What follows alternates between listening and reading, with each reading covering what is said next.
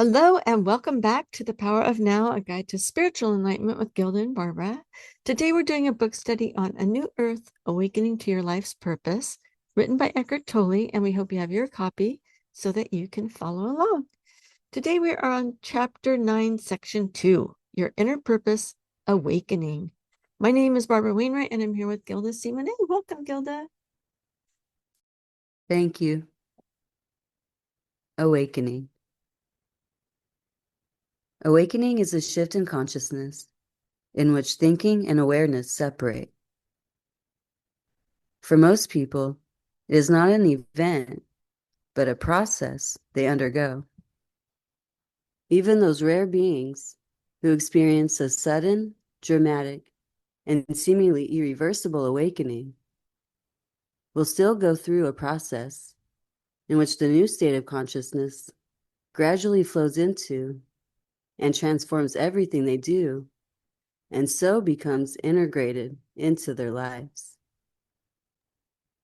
Instead of being lost in your thinking, when you are awake, you recognize yourself as the awareness behind it. Thinking then ceases to be a self-serving, autonomous activity that takes possession of you and runs your life. Awareness takes over from thinking. Instead of being in charge of your life, thinking becomes the servant of awareness. Awareness is conscious connection with universal intelligence.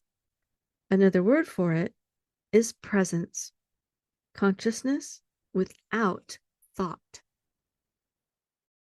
The initiation of the awakening process is an act of grace.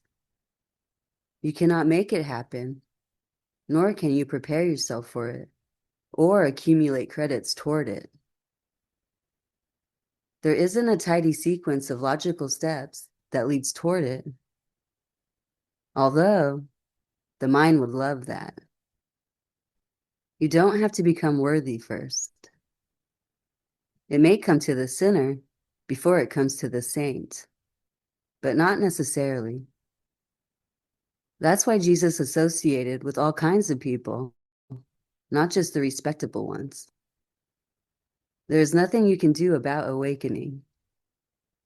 Whatever you do will be the ego trying to add awakening or enlightenment to itself as its most prized possession, and thereby making itself more important and bigger. Instead of awakening, you add the concept of awakening to your mind, or the mental image of what an awakened or enlightened person is like, and then try to live up to that image. Living up to an image that you have of yourself, or that other people have of you, is inauthentic living. Another unconscious role the ego plays. So, if there's nothing you can do about awakening, if it has either already happened or not yet happened, how can it be the primary purpose of your life? Does not purpose imply that you can do something about it? Only the first awakening, the first glimpse of consciousness without any thought, happens by grace, without any doing on your part. If you find this book incomprehensible or meaningless, it has not yet happened to you. If something within you responds to it, however, if you somehow recognize the truth in it, it means the process of awakening has begun. Once it has done so, it cannot be reversed, although it can be delayed by the ego. For some people, the reading of this book will initiate the awakening process. For others, the function of this book is to help them recognize that they have already begun to awaken and to intensify and accelerate the process. Another function of this book is to help people recognize the ego within them whenever it tries to regain control and obscure the arising awareness. For some, the awakening happens as they suddenly become aware of the kinds of thoughts they habitually think, especially persistent negative thoughts that they may have been identified with all of their lives. Suddenly, there's an awareness that is aware of thought, but is not part of it. It's interesting that he talks about the first awakening happens by grace. That's very interesting. And then the second thing he says is the function of this book is to help people recognize that they've already begun to awaken and to intensify and accelerate the process. I like that. And he says another function of the book is to help people recognize the ego within them whenever it tries to regain control. And I think that those 2 points are really great. And as you know, Gilda, I'm working on a book called The 6 Stages of Spiritual Awakening. And what I have to comment here about what he said, that there isn't a tidy sequence of logical steps. I agree. There are no steps that you can take to get to enlightenment. However, there is phases that happen to people when they are awakening. And that is what my book is about. And I believe, like he says, he calls it a process. And I'm saying the 6 stages of spiritual awakening, because I think that we go through the awakening process in stages.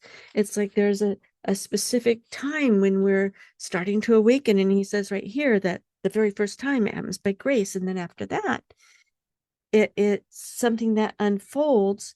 And he's saying that there's nothing specifically that you can do to move it forward. However, reading this book is a catalyst for that awakening. And also, I would say meditating is a catalyst for awakening, because when you get into a meditative state, you become very aware of your egoic thoughts. They can be coming rapid fire and prevent you from really having a great meditation experience.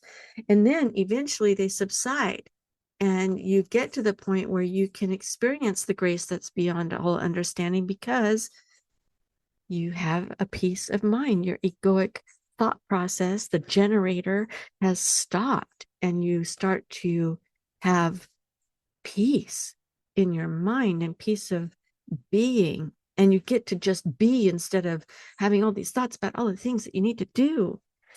So I am really appreciating this section called Awakening, because that is actually part of the title of my book, The 6 Stages of Spiritual Awakening, which isn't out yet, but hopefully it'll be out in the next couple of months. Thank you for reading that. I think it's very on point with what is unfolding in the world today, which is, I think more and more people are awakening, having that moment of grace, their first awakening, and wondering what's next. Now that I've had that little aha moment, what's next? And I believe that he's going to be talking to us about that in the next few sections.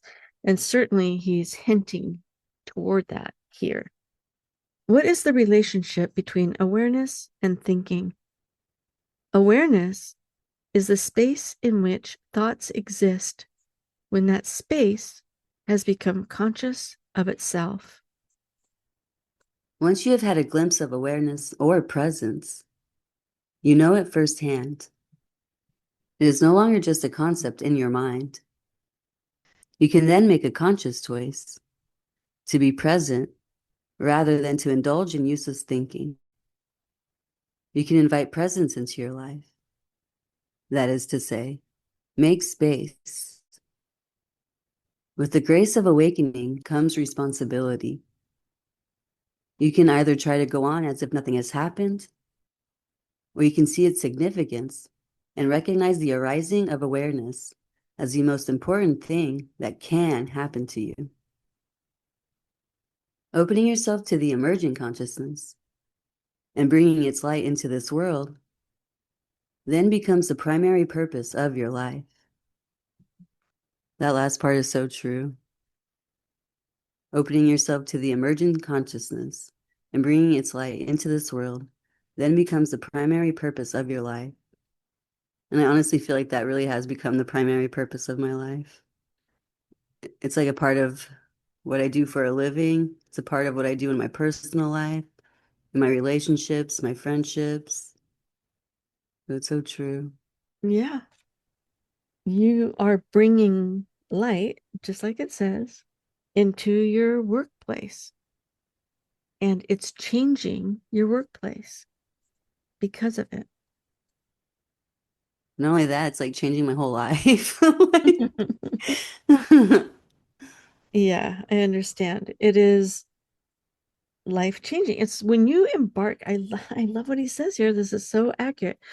When you have that glimpse of enlightenment, there's no going back. You can't unknow it. Yeah, Just like so you can't true. unsee something, you can't unknow that you have touched on spirituality, that there is divinity, that there is an awakening, there is a spiritual realm. You can connect with it. You can reach out and have an experience with the master teachers, the ancestors, the people that have gone before you. The wisdom there is phenomenal. And guess what? You can tune into it and learn from it, and you don't have to go through the trials and tribulations that you would normally have to go through if you were not able to connect to that wisdom. I really love this section of the book.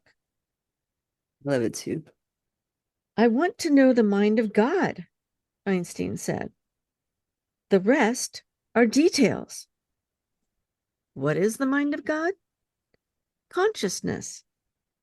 What does it mean to know the mind of God? To be aware? What are the details? Your outer purpose and whatever happens outwardly. That's the details. So while you are perhaps still waiting for something significant to happen in your life, you may not realize that the most significant thing that can happen to a human being has already happened within you. The beginning of the separation process of thinking and awareness. I know that like before I understood what awakening was, I used to always kind of feel like I was trying to work towards something, or, maybe like something outside of me was gonna, be the answer to my awakening. And like, oh, that's what it is. Oh, that's what enlightenment is. And when I started to like notice my thoughts, like instead of being controlled by them, I was like, oh, okay, like that's the beginning of awareness. Like that's what he's talking about. It's about being conscious. That's all it is. It's about being conscious, like being mindful, being conscious of like everything around you. Like even if you're working on your senses, you're being conscious of, what you see, you're being conscious of like the sounds that you hear, you're conscious of like the feelings that you feel, the skin that you touch, the cloth that you touch. I never noticed that. I always thought it was going to be some big, grand show of things, but it really wasn't. That's kind of what that reminds me of, because I know when I had my awakening, I was just always looking for some big old grand finale of something, or, fireworks, or, something. In reality, it was what was going on the inside of me, like, my true being. It was about being grounded. So there was a question in our Facebook group, and it said, what is your favorite way to cultivate inner stillness? And that like kind of made me think about my own journey. And I know that one of the ways that I can cultivate inner stillness and awareness is to keep myself rooted. So I wrote in the comment section, lately I've started to focus on grounding myself. Lately I've started to focus on grounding myself. I imagine my feet rooting deeply into the earth and visualize white light energy flowing upward through my body with each breath. As I feel the energy of my inner body awaken, I guide it upward, letting it fill and expand through me until it radiates outward as light. I feel light and at peace. It's one of my favorite ways to cultivate inner stillness. And it really is one of my favorite ways because I know sometimes when my ego wants to go and it wants to take me away from awareness and consciousness, I have to remind myself that, like, hey, you just have to ground yourself, Gilda, like it's what's inside of you. Whatever's happening outside of you is nothing. It's about your being. It's about being grounded. It's about being at one with yourself, with nature, with the earth. And so that always kind of helps me come back to consciousness and, living the life of presence that I love to live. I love that. And there are many ways to stay conscious. And it would be good for our listeners to sample them all. Here's what I know, it's the consistency, it's showing up and doing something consistently. Find what you will do consistently to find peace. Because whatever you will do on a consistent basis, whatever works for you, is going to help you to become more and more awakened and enlightened. It is really a practice. It's something that you have the opportunity to do at every moment of your life. With every second that passes, you have the opportunity to become present or check out and become unconscious and jump into ego thinking, which is judgment usually. Unfortunately, it's judgment of ourselves and others. Many people who are going through the early stages of the awakening process are no longer certain what their outer purpose is. What drives the world no longer drives them. Seeing the madness of our civilization so clearly, they may feel somewhat alienated from the culture around them. Some feel that they inhabit a no man's land between two worlds. They are no longer run by the ego, yet the arising awareness has not yet become fully integrated into their lives. Inner and outer purpose have not been merged. I think that this is very true, and that part, or this last paragraph, is one of the reasons for writing the book, The 6 Stages of Awakening, because just like he says, people that are going through those early stages haven't figured out what it is. They're not certain. What am I supposed to be doing now? What is it that's going to be fulfilling and uplifting and make me feel good about myself? Because I am in the world, even though I now realize I'm not of the world. I'm still here. I've said that very often. Well, I'm still here. There must be something I'm supposed to be doing. So I'm still here. And I feel very fortunate to have found my calling, which is teaching the art of life coaching to people because it's a way to be of service.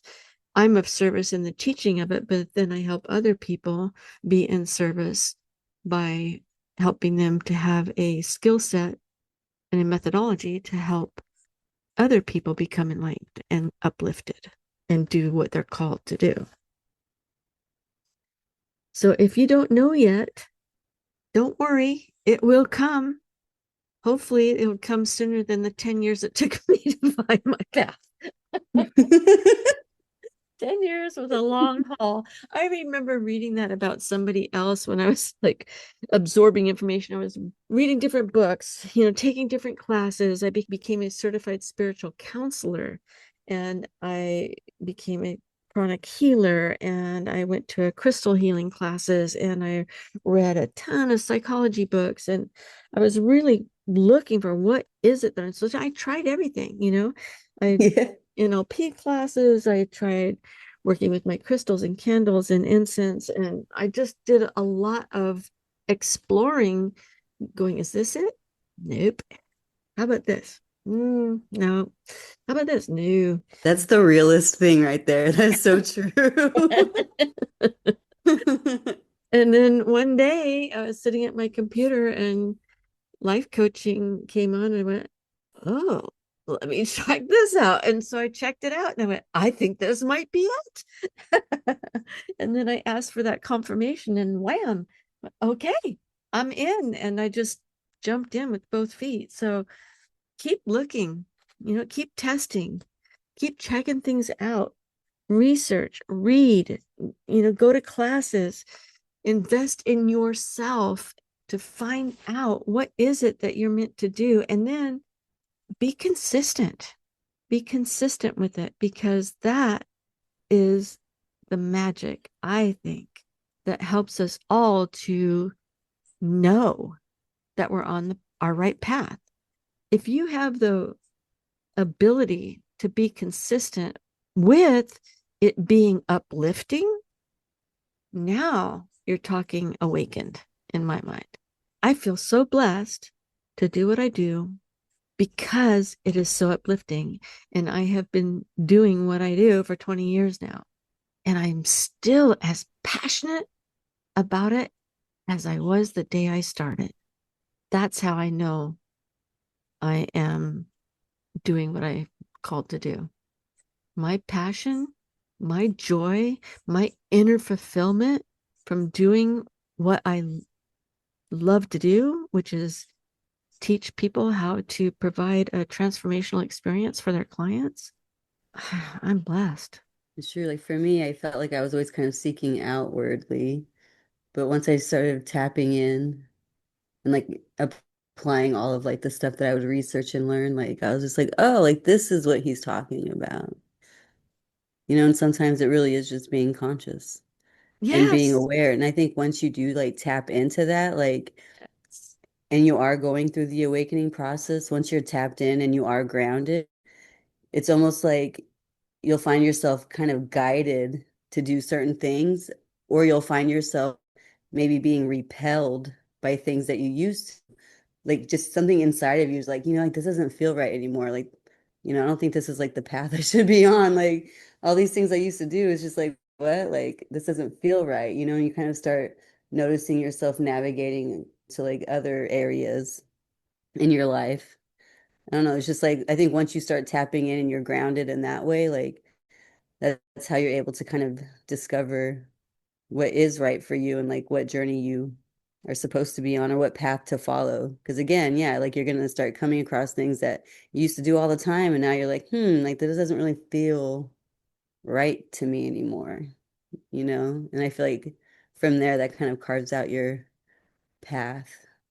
Well, I mean, it did for me. Yeah, I believe you're exactly right that the more you are in that awakened state and the being state, if you will, or in a mindful state, you will notice that there were things that you used to do that feel like icky now. And then there's things that you are called or you're intuitively guided to do, or you make a wrong turn and then right in front of you is something that, oh my gosh, I got to go in there, right? Things just start Yeah. to happen synchronistically for you. I love that. It's a beautiful thing that happens when you are present and when you are operating from that conscious awareness. It's beautiful. Things just happen for you. And here's something that is in alignment with what you said. This is a little quote from my book. As your intuition evolves, you will notice that life begins to feel like a symphony of synchronicities. You think of someone, and suddenly they call. You arrive somewhere by chance, only to meet the very person who can help you take your next step. These are not accidents, these are divine appointments. The universe conspires on our behalf to manifest the people, places, and things we need so that we can easily create our divine purpose and deliver it to the world. The doors open for us at just the right time, allowing us to walk in and either give to the world or receive what we most need. I love that. It's so true. Yeah. Yeah, it's a blessing. It's just a blessing, that we we get to have this experience. We get to awaken. We get to live an awakened life where there's an appreciation for every single thing that has happened in your life, even the things that we would have considered horrific. At the end of the day, it's what helped us to get on the path that we're on now. There's just another little soundbite from the book. When you begin to notice and appreciate synchronicities, the countless alignments and sequences of events that must occur for us to have one particular experience, it can be transformative. It is never just one thing. Each step you take creates an impact, a ripple effect that influences everyone and everything around you. I love this work. I love what we do. Yeah, no, me too. And it reminds me of what Jesus says, because Jesus teaches us to seek first the kingdom of God and his righteousness, and all things will be given to you as well. And, like the kingdom of God is like, that's you, that's your being, and if you are conscious and you are channeling yourself and tapping into your being, then all these things will be given to you as well, like those synchronicities that you were just talking about, like everything is in alignment. Exactly. It happens. It's like magic, but like that quote says, the universe conspires on our behalf to bring about the synchronicities that are ultimately for everyone's highest good. And all you have to do is practice presence. Yeah, Like that's all you have to that's do. it. That's it. Oh my gosh, that's it. And it sounds simple. Practice presence, everyone. But Yeah, exactly. right. But the truth is it's a little more difficult than that, in that we're human beings and we have this egoic mind. And, from the time, probably we're 8 years old, we start operating from our subconscious mind, no matter what was put in there. It could have been good, could have been bad, but that's where we're operating from. And because of that, our egoic mind is in a fight or flight or protect mode, right? So it's a long haul to get here. It doesn't happen overnight. There are rare circumstances like Eckhart's spiritual awakening, and also Bill W. People will know who that is, had a spiritual awakening and it was instantaneous. Those situations are rare. Most people have to go through the 6 stages that I talk about in the book. And speaking of tapping in and practicing presence, so what I do is I imagine my feet rooting deeply into the earth. And while I'm imagining my feet rooting deeply into the earth, I visualize white light energy flowing upward through my body with each breath. And as I feel the energy of my inner body awaken, I guide it upwards, letting it fill and expand through me until it radiates outward as light. And when I do that, I feel light and at peace. And then I start showing gratitude for everything I have in my life, for everything that I am, for everything I'm becoming, the breaths that I breathe, the eyes that I use to see, the ears that I use to listen.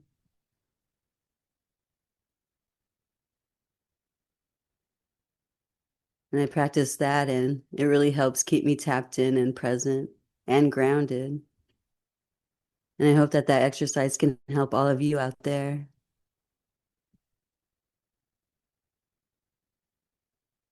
Thank you for listening to our episode. We hope that you found some value here. We'll see you next week. Thank you. Bye. Bye.